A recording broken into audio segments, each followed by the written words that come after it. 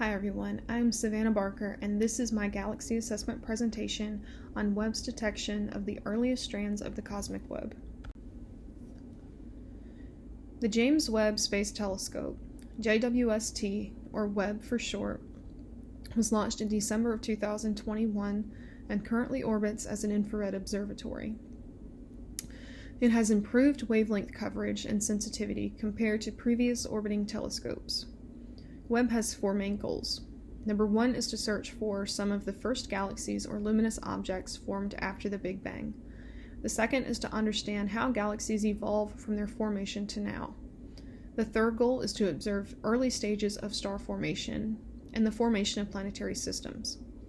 Webb also wishes to measure chemical and physical properties of planetary systems to determine potential for life on other planets. The observatory is the space-based portion of the JWST system, which is shown here in a diagram provided by NASA. The primary components consist of mirrors, a backplane, mid-infrared instruments, a near-infrared spectrograph, a near-infrared camera, a fine guidance sensor, a sun shield, and a spacecraft bus. The cosmic web is made up of many components. This is a diagram showing these components as they were described in Module 12. Galaxies are found in dark matter halos. Dark matter halos form into two-dimensional sheets. Where these sheets intersect are called filaments. Where these filaments intersect are known as clusters. Regions with little to no galaxies are called voids, and altogether this makes up the cosmic web. Over time, the cosmic web has become more distinct as gravity drew matter together. The JWST Aspire program allows scientists to see some of the earliest strands of the cosmic web. The Aspire team performed a galaxy redshift survey in the fields of 25 reionization quasars using a near-infrared camera and wide-field slitless spectroscopy, or NIRCam WFSS for short. The Webb telescope allows us to look deep into the reionization era since it is not limited by wavelengths accessible by ground-based telescopes. High-quality WFSS spectra enable scientists to study the rest frame optical emission in reionization era quasars for the first time. This was applied to their dataset consisting of 8 quasars at redshift is greater than 6.5. The Webb telescope has allowed astronomers to observe the earliest segments of the cosmic web. The image to the left is of the Aspire cosmic filament, which is a filament of 10 galaxies seen 830 million years after the Big Bang. This is also the original image provided in the article. It is 3 million light-years in length and contains a galaxy with an active supermassive black hole at its center, which we know as a quasar.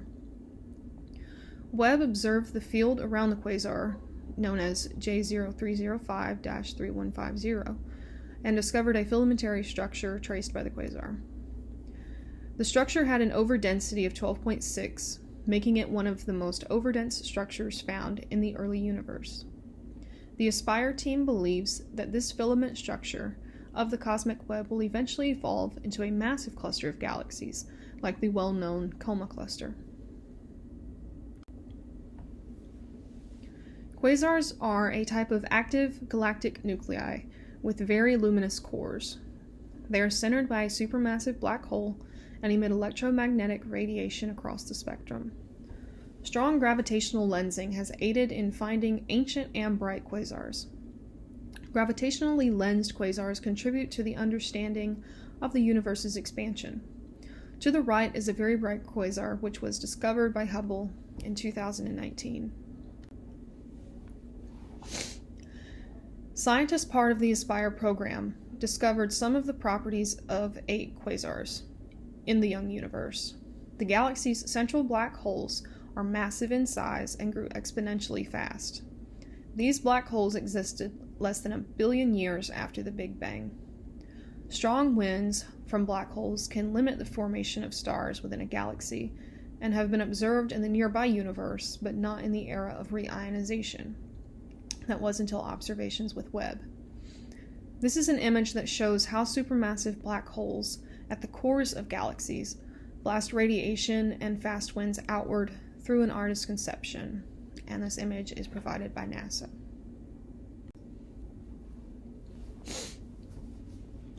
This is the JWST NIRCam WFSS spectra of 2 of the 8 Aspire quasars, which are represented by the black lines.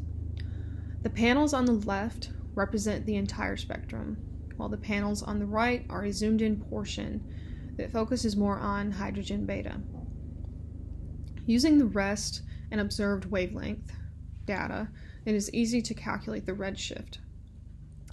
Redshift plus 1 is equal to the observed wavelength divided by the rest wavelength, as shown in the equation that is covered up by my face on the right. The redshift is greater than 6.5 for these quasars and the other 6 in the dataset. Ultimately, the Aspire team will cover 25 quasars total to provide a statistical sample of quasar spectral properties. The recent discoveries by the Webb telescope suggest that extremely distant galaxies and less massive black holes could have been more common in the early universe than previously thought. It also discovered that one of the earliest filamentary structures found is associated with a distant quasar. Quasars are about as rare as they are luminous, making their discovery in the reionization era even more substantial. Webb also provides the best evidence yet that supermassive black holes can potentially regulate star formation within their galaxy. Supermassive black holes accrete matter and can also power outflows of material, which can extend far beyond the black hole itself, having significant impact on star formation. The black holes discovered in this early era of the universe range in mass from 600 million to 2 billion times the mass of our Sun. This leads astronomers to try to understand how black holes can grow so fast. One possible explanation for this unprecedented observation is that these black holes are located in massive young galaxies which fuel their growth. This theory is supported by the AGN unified model. The current model states that energy is released by accretion of matter onto a disk orbiting a supermassive black hole at the center of a galaxy, which is information that was covered in Module 11. This also accounts for maximum luminosity.